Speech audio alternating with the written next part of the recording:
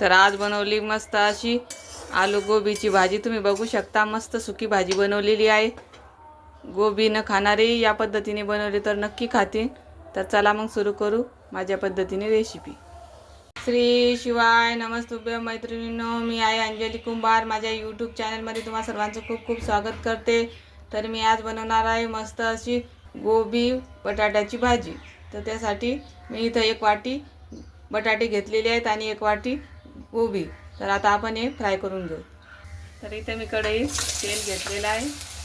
आता आपण हे बटाटे याच्यामध्ये 90% चांगले फ्राय करून घेऊ। तर बघू शकता मी एकदम मऊ होस्तोर बटाटा तेलामध्ये छान फ्राय करून घेतलेला आहे। आता आपण हे काढून घेऊ।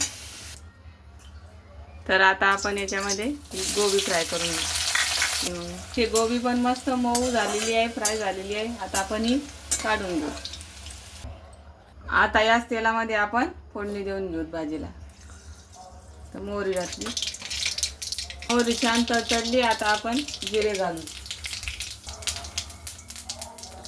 जिरे तडतडले। आता अद्रक लसूणची पेस्ट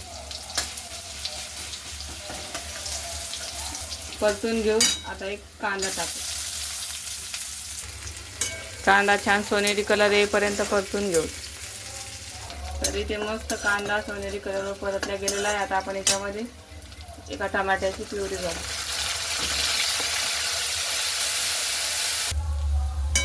तर मी इथे 2 मिनिट टमाट्याची प्युरी छान परतून घेतलेली आहे। त्याला मस्त तेल सुटले। आता आपण याच्यामध्ये मसाले घालू।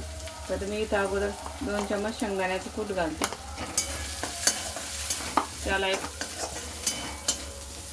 एक मिनिटभर परतून घेऊ। अर्धा चम्मच हळद, 1 छोटा चम्मच धनेपूड, 1 छोटा चम्मच जिरेपूड, कांदा लसूण मसाला 1 चम्मच, गरजेनुसार लाल तिखट। आता हे छान मिक्स करून घेऊ। मसाले छान मिक्स झालेले आहेत। आता आपण याच्यामध्ये फ्राय करून घेतलेली गोबी आणि बटाटा घालू। त्याला छान मिक्स करून घेऊ।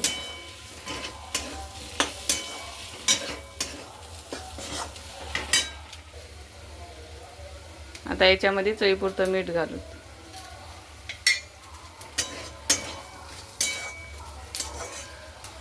आता आपला गोबी आणि बटाटा छान शिजलेला आहे। आता याला एक थोडासा पाण्यात शिडकावा मारून 5 मिनिट झाकून ठेवू। तर 5 मिनिट झालेले आहे आणि भाजीला मस्त वाफ बसलेली आहे। आता आपण याच्यामध्ये कोथिंबीर घालू।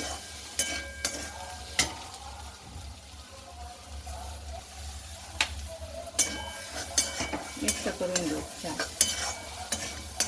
तर इथे तयार झालेली आहे मस्त आपली आलू गोबीची भाजी। आता आपण ही एका बाउलमध्ये काढून घेऊ।